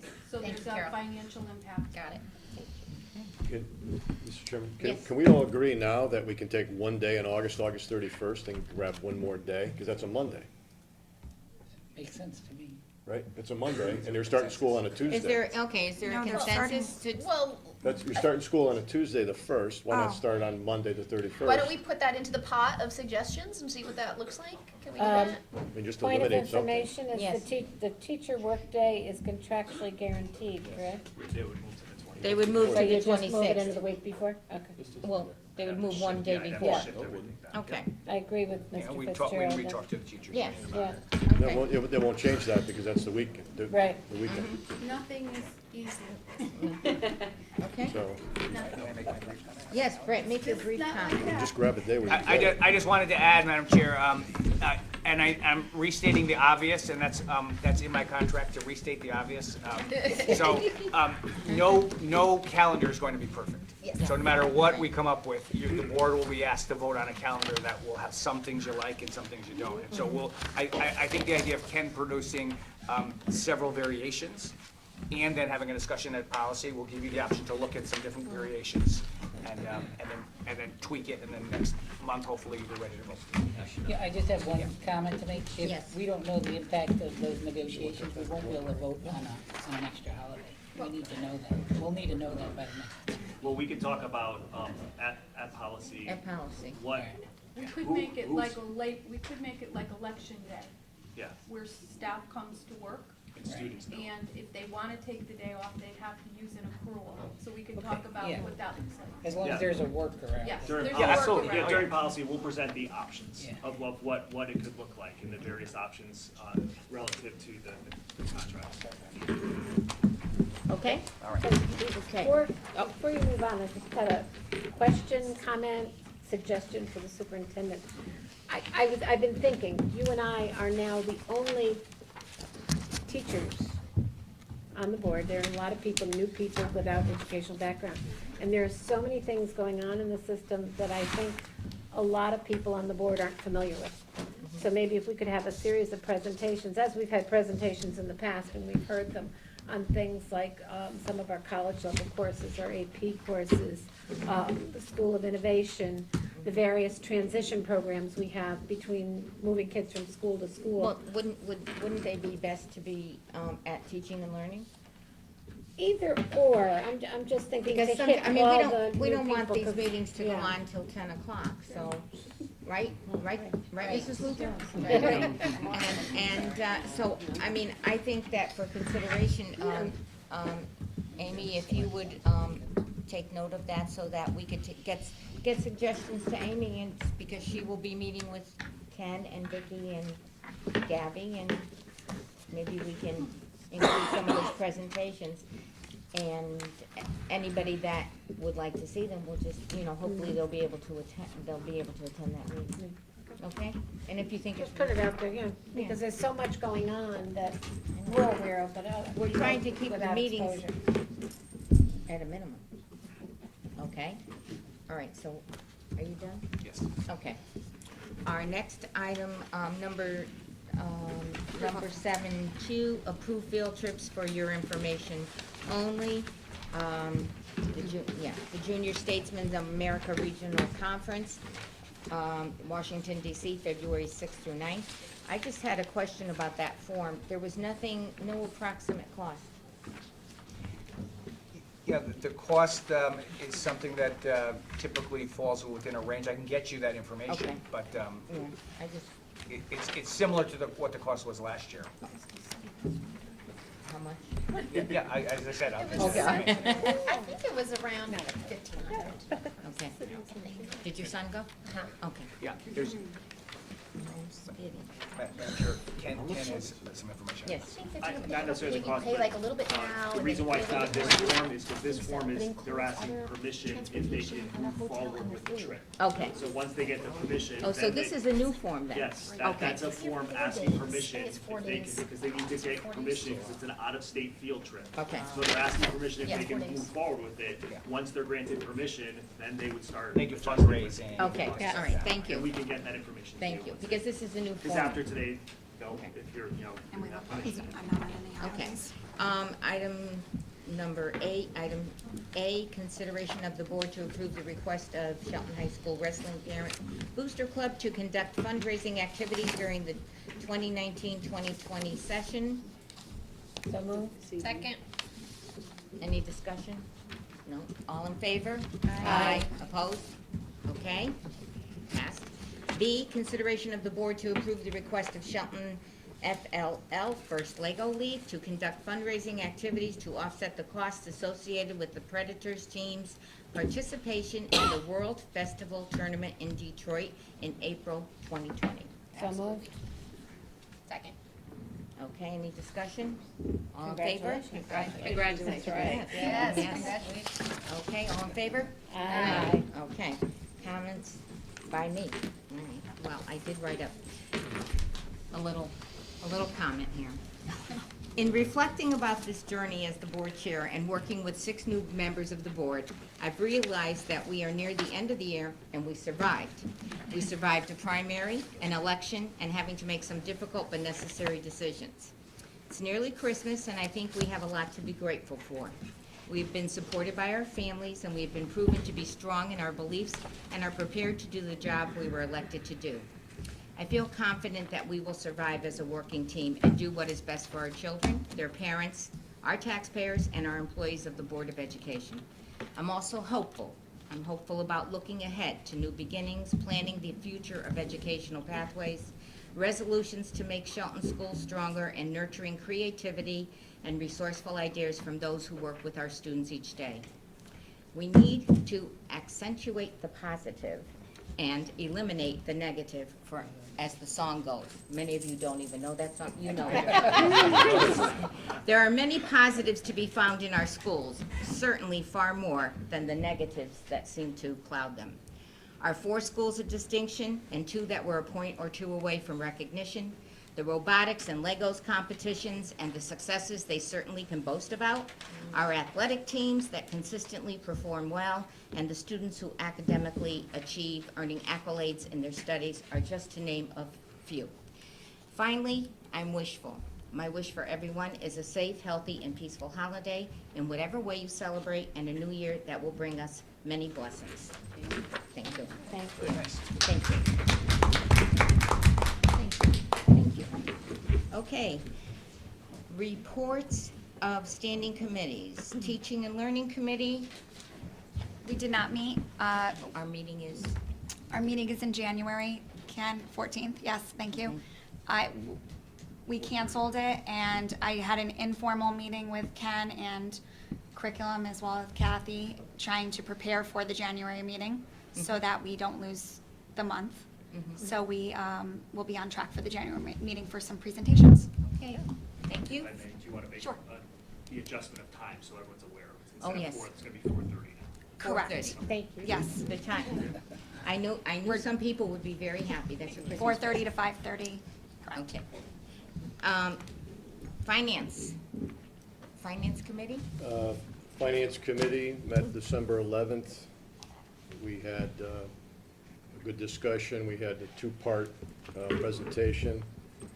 We had Mr. Rick Belden do a comprehensive report. He did a budget narrative, and then he did a revenue report and an expenditure report.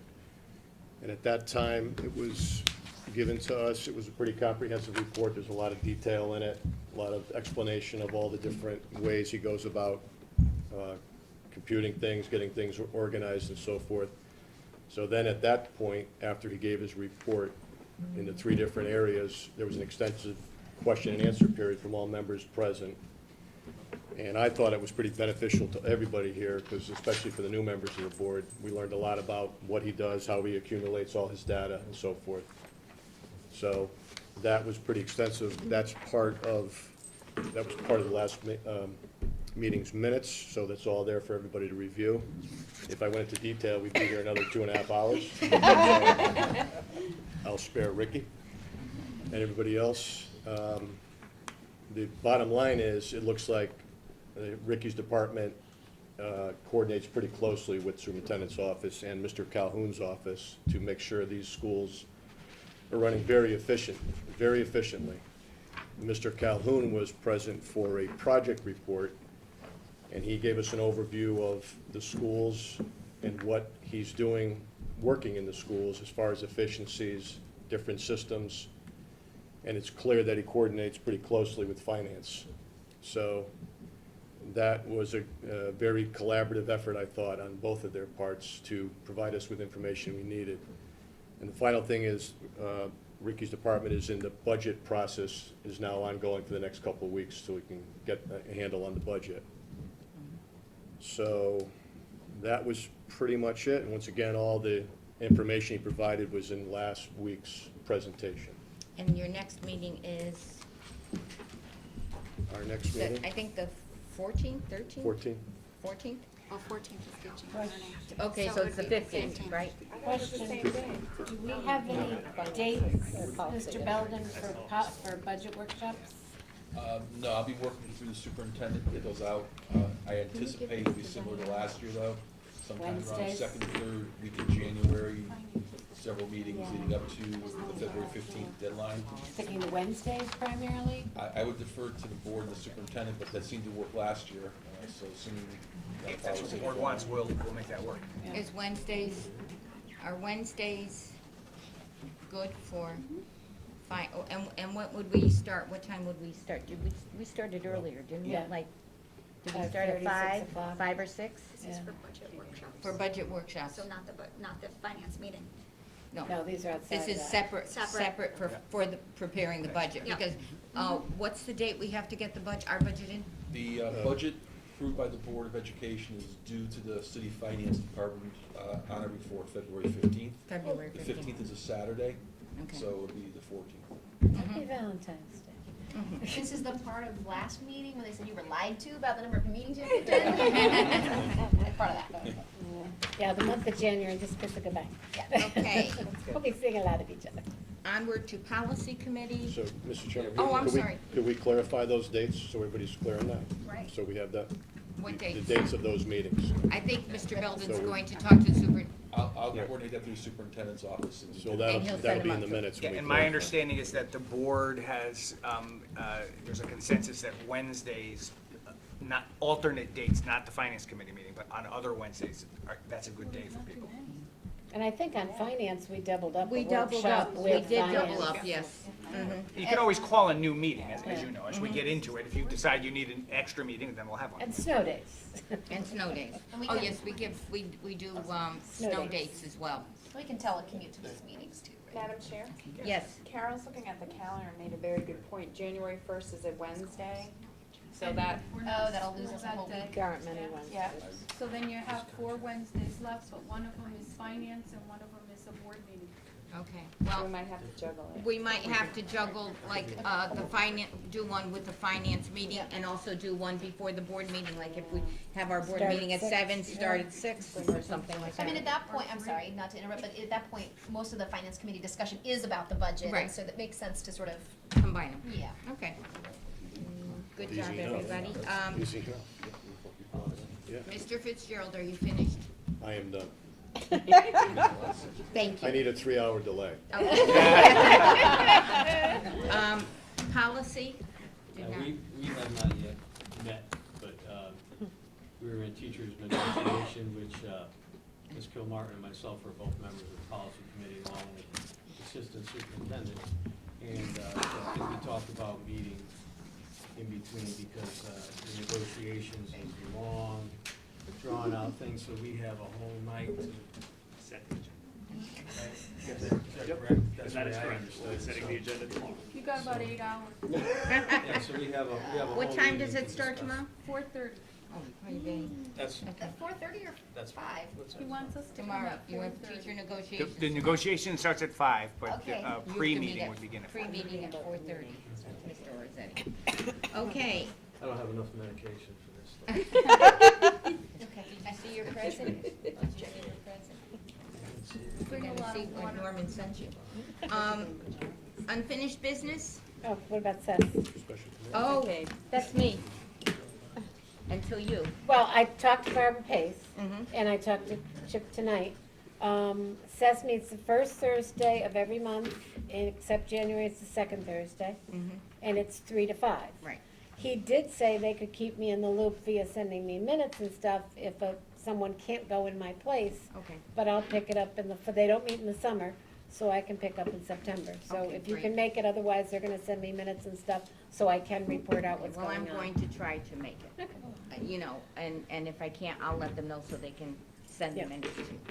Okay, but I did, I attended the legislative breakfast with Dr. Clouette on December 6th. It was a very informative meeting and several issues were discussed. The focus in legislative session will continue to address the excess costs to supplement special education, which is a frustration shared by all the districts represented. Other issues to consider were social emotional learning, support for professional learning, and more support for our students who have so many more issues now than years ago. A regional alternative education program was also briefly discussed, as was the classroom safety bill, which concerns funding support for mental health, especially for the elementary. This is a topic that will be strongly advocated down the pike. The last area addressed was the subject of FOI requests. It involves dozens of hours of work, and because of confidentiality, usually ends up in the superintendent's office. The superintendent from Greenwich mentioned that the system she previously worked in charged a $100 fee for such requests, and it did help to keep requests to a low minimum. Any other things you'd like to? No, I think you covered it well. I did? Oh, good, okay. Now, unfinished business. Kate? There's no, okay, yes, I'm sorry, you're getting the notes. Yeah, so Patty and I were lucky enough to go December 10th to the new board member leadership training. It was an all-day thing, and it was really good, right, Patty? Wouldn't you concur? It was really good. Yeah, it was broken And the into food was different- really good, too. Yeah. They texted me about the snacks. I had no snacks. But the learning was good too, but it broke into different workshops. I mean, I wish more of us could have gone with such short notice, but they literally had like a finance presentation, a policy, a teaching and learning presentation that was very, very good. They had a panel of superintendents and board chairs that we could ask questions, people could ask questions to. Did they have law too? Yes, they had in the afternoon, the lawyers came in and did a whole thing. And then the last thing was the 8 common mistakes that board members make, or 10 or something like that. That was good too. But I think the most valuable thing really was the networking of, we met Derby Board of Ed and Seymour Board of Ed people. That was really good. Met some other superintendents. So, since we did pay this membership, any other training workshops coming up, because I'm getting a million emails from them. I'll try and disseminate what's coming up with plenty of advance prep. But one of the other things we got from it, like we had CES here tonight. Kate will come down for free and do, any type of training, like how to do policy, how to do a self-evaluation, just things like that. And the other thing I thought was really good with policy, they will do a policy manual audit for free, so we could send them our. We used them. We did, okay. Yeah, Okay. we used them, and they And send last us, and they send Good. actually Before. to the superintendent's office, Year before or last. assistant superintendent's office, they send updated Awesome. policies that you Yes, should consider, yes. so we're, Awesome. we're. Okay. And when I we're didn't know. looking to write one too, we can contact them and they send us Yes. like they a send that model of what too. they have Yeah, on okay. file. Okay, so you know all this, but two interesting things, we found out that we're one of the only Board of Eds that still get paper packets. We talked about this. Yeah. We possibly will discuss that Okay, good. in one of our Just as a committees. money I think we talked about, Yeah. Well, sharing. I think it was It was Derby Board, Derby. they get Chromebooks every. They have Chrome. Not that I'm looking for that. I but brought I'm that just up saying. last Yeah, year. okay, I'm just saying. Okay. And then we're one of the only boards without a student rep. That's the other thing we learned, which I know we talked to, and so. We will discuss that. What was the biggest surprise out of anything you learned? What surprised you the most? God, it was such an overwhelming day. I think really just like, we really have to stay at 40,000 feet. They made the airplane comparison, like the board is up here, the superintendent's here, and the building principals are here, so we just gotta keep our eye on the big picture and not get caught up in the minutia of, like, they gave the example of, on finance committee discussing whether or not to buy globes for the history classroom, like spending an hour talking about that, like that's the minutia that you don't wanna get involved in. So stay out of the minutia was the key. We should have shirts made out of it. How many board members does it take to screw in a light bulb? They said, and they said, no, we should let you see the light. We don't screw in the bulb. That's their job. So that's what our code word will be. All right. Unfinished business. Any unfinished business? Okay. New business. Any new business? No? All right, for your information, we have a vacancy report, staff and stipend actions, and an enrollment report. And item 15, celebrations. Anybody have celebrations? Well, I do. Today I went to Mohegan School, and they had their winter concert, and it was wonderful, and I can't tell you how impressed I was. They had so many, when you want parents to come, put on a show.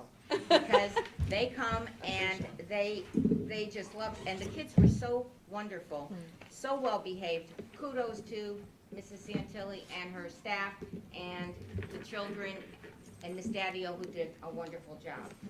The other thing that I would like to. There were hundreds of people there, right? There were a lot of people, yeah. It was like a rock concert. It was. Huge. Awesome. T-shirts. And then in this issue of Shelton Life, I have to commend Laureen Avery, Victoria White, and Maria Zampano, who did a whole article on Project Excel and teaching English to speakers of other languages. And they did a wonderful job coming up with this because we needed a story like within 2 weeks. And I have to thank them, and I appreciate their efforts. And finally, Kate, you didn't mention this. Oh, I was here racking my brain, yeah. Yeah, that. Okay, we were all, we went to the CAPS. Oh, yeah. Connecticut Association of Public School Superintendents Awards of Excellence, and we had, I have to say, kudos, Dr. Kluwat was felt very good about himself because he had all these board members supporting him at his table. I think we were one of the, maybe We were one. the only one. We were the only one. We were the only. The board member that was there, other than us, was like on a state level that runs that event. Yeah. Okay, So it so wasn't we him. were the only Yeah. board members to attend, Yeah. and it was That's nice. Diana and Patty, Kate, myself, and Mandy was signed up to come, but something happened. Couldn't make it. So, congrats. Oh, that's right, and we had the jazz Yeah. Jazz quartet, great. right? Quartet. And they did a wonderful job. From Shelton. Yeah. From Shelton, and our students were very well represented, and Why don't you recognize their names? okay, Read their names. okay. From Shelton High School, Ananya Yadav Yes. and Christopher Belden, and from the intermediate school, Marissa Manzo and Robin Uranowski. Thank you. And we're very impressed with them, and kudos to them and their parents and their teachers for getting this commendation. And with that, yes. First Lego League.